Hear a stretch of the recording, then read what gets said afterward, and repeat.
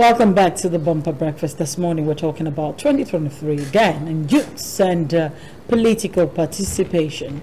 Quite a number of young people have decided how they choose to participate in this coming election. For some, it's going to be on social media.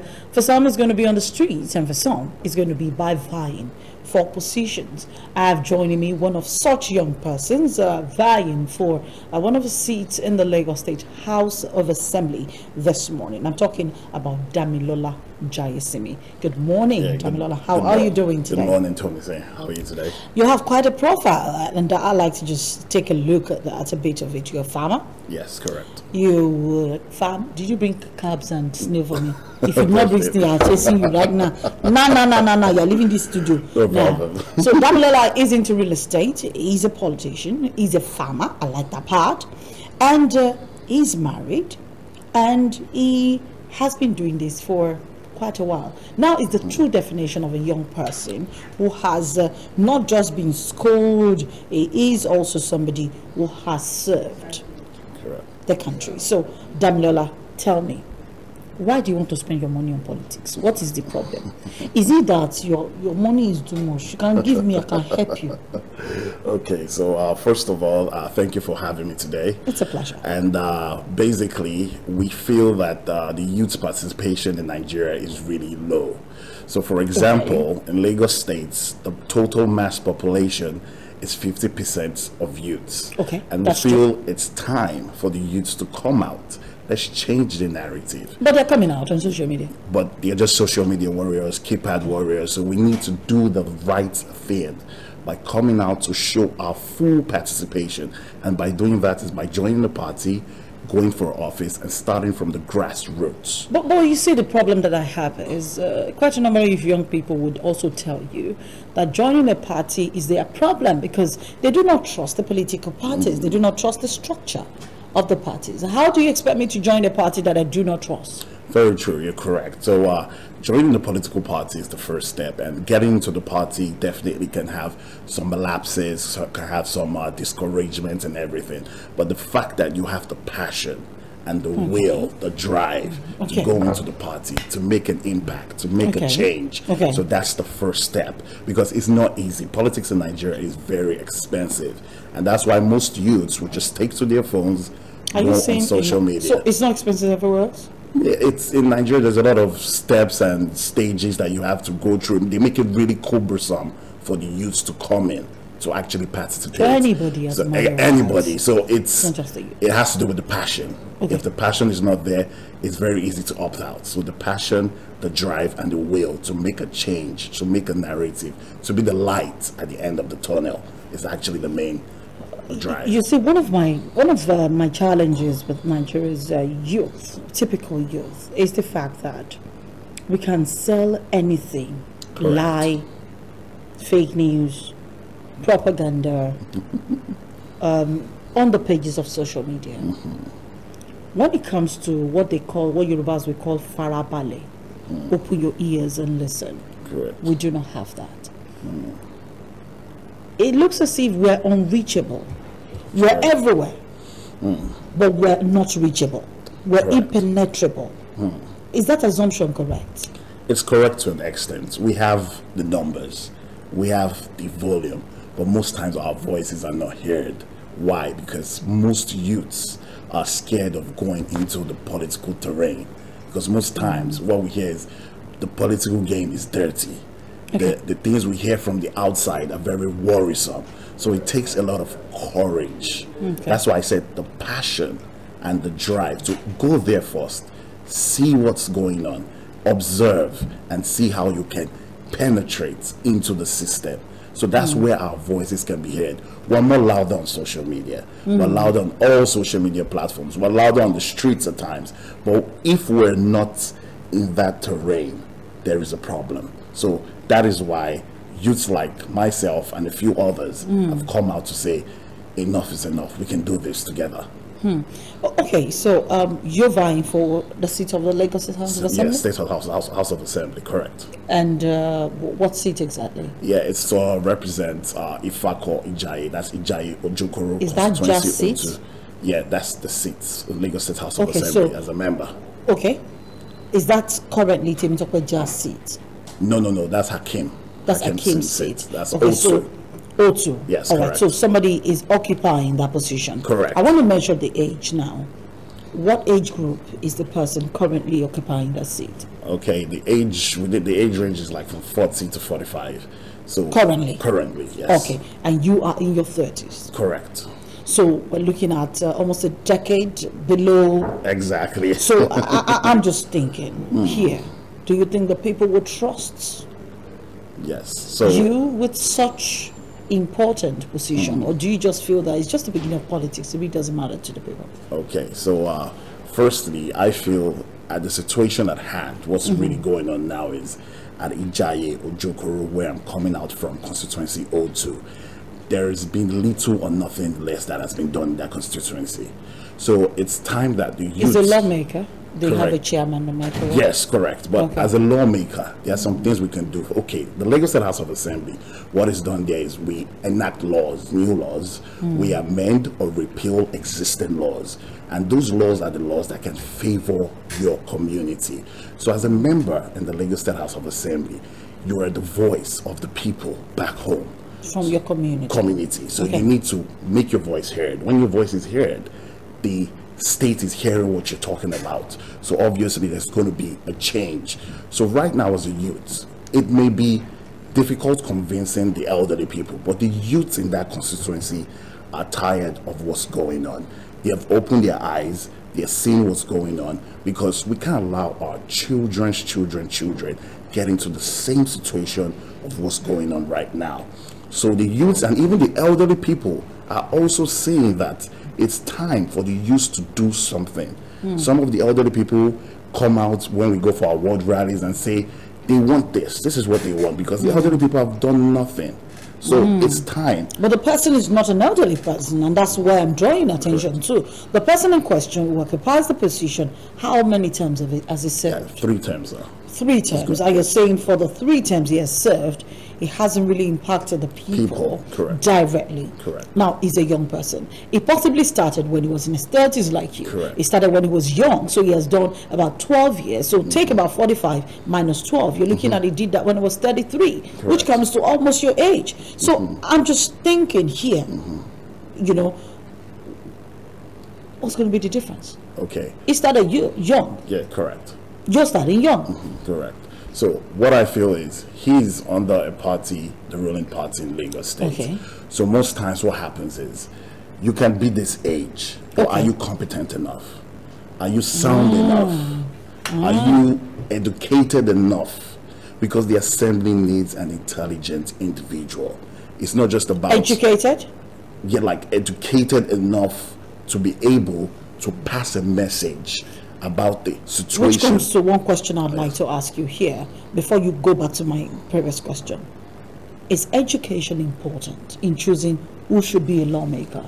Yes, very important. Aside from being a grassroots leader, you need the education to be able to pass a volatile message to the people. You can be in the House of Assembly, you have other members there, but if you stand up to speak, the speaker himself would understand that you are talking out of a high standard level of education and your voice will be heard. So education is key. And that's what's going on now in the youth sector. We have the educated sects, we have the uneducated sects. The uneducated sects are the people that put people in office. Yeah. They're the stomach infrastructure partakers. So that's why now the educated sect needs to come in so we can have a viable Unfortunately, community. they get in there and they also play the game of the uneducated sect. You call them uneducated. I say they call it political education. They say is more important Correct. than classroom education. Correct. I've seen this happen time and time again, and I thought we got it right in 2015 and 2019.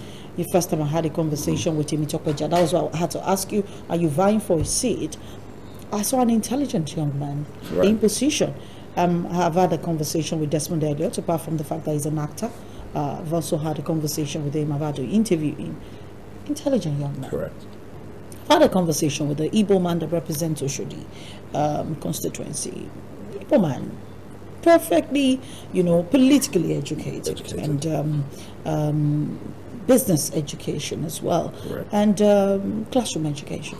So I look at all of that and I'm saying, okay, Lagos has gotten it right in terms of laws, but are they really doing enough, to put, because they say the powers that be sometimes are more of I don't want to call it an impediment, but a big stronghold that they have to contend with to deal with anything. Correct.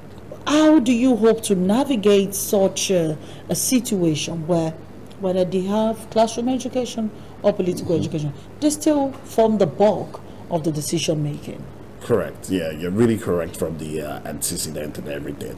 So the plan that I have, because I'm a youth, and the plan of going into office is to actually bring the voice of the people heard in the assembly. Okay. So my plan is going there. I'm definitely a lot of political educated people who make the bulk of the decisions. Okay. So going there is being diplomatic. You don't push the political educated people aside and push the educated people. You bring them together and bring in wiser decisions. For example, in my constituency, most of the roads are bad. There is no borehole. Many people are out of school. Now there's ASU strike.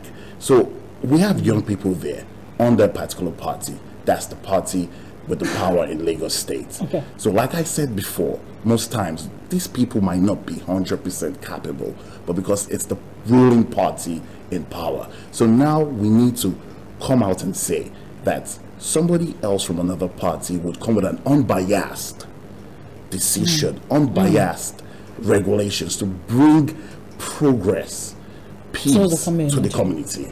Do you think another party stands a chance in a place like Lagos where everything seems to go on one road?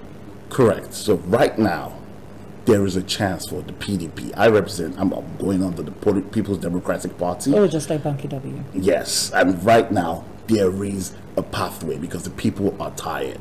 The people have opened their eyes that it's not about the 1,000 naira, the stomach infrastructure. It's about the future of our children's children. If you ask a young youth today, if his wife is pregnant, where do you want to give birth to your child? Most of them run to the overseas to go and give birth because of the passports they would have after giving birth.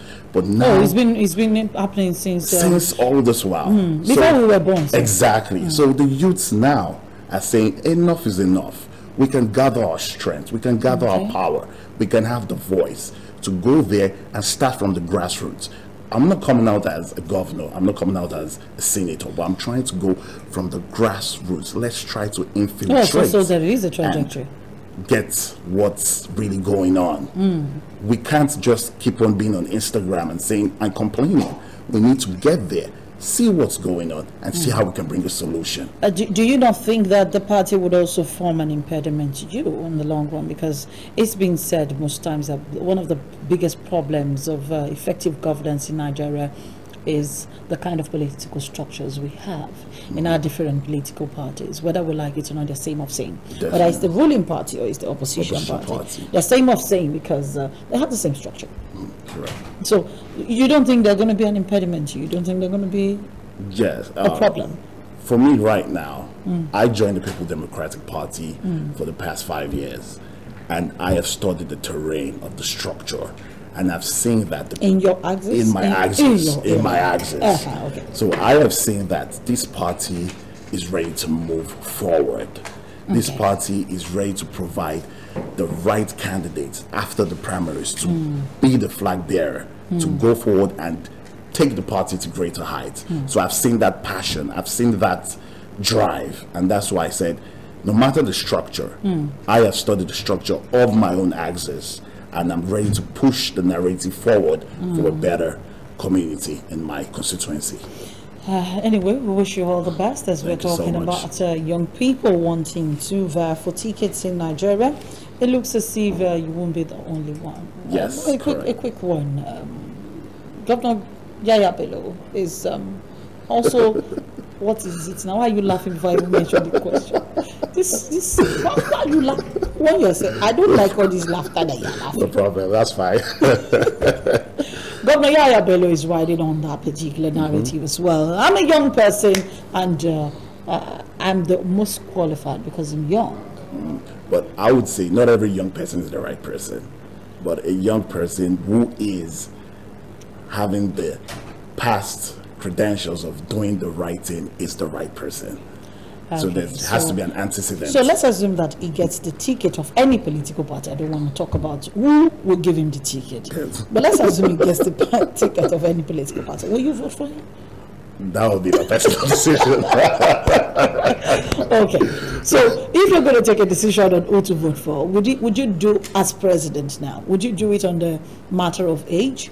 Or would you look at, what else would you look at? I would look at what the person has to offer.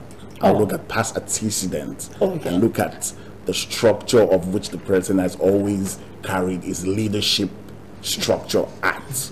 And that's what I will use to. Before political party belongs to. Okay. Before you think about the political party. Because I thought it was more like whatever our party brings up, it is our party. We just support the person. Support the person, yeah. Is it going to be like that for you too? No. It's going to be based on the credentials and based on the results and things that I've done in my constituency. And post people have seen that it's not time to impose people. It's time to see what have you done. What have you done to impact the lives of people in your surroundings, in your immediate environment. So it's time that people have woken up already. 2023 is going to be the election of people deciding their fate. I thought that was 2015, but it looks as if 2023 is going to be much more interesting. We need to say thank you to you, Damola, for being here with me this morning on the Bumper Breakfast. And that's where we draw the curtain on the show for today. I got some messages. I'd like to just go through them as we round up the program this morning. For those of you who abused me, don't worry, I'm not going to read your messages. But for those who didn't, I'll definitely take it there. So I have Oshibajo declared for president. Many people have been expecting it. It's a good thing because God has gifted the Yorubas something to fix problems. If you remember, Obasanjo came back to years of problems created by the military and years of debt. My problem with him, however, is part of this government. Is he not part of this government's decision making? And if he's to win from primary to the real election, he will do a lot. Okay, Ademola sent that from Maryland. Okay, let me try and pick another one. One person was not nice, so I'm not going to pick your message because your message was really, really interesting. Okay, this one. Okay.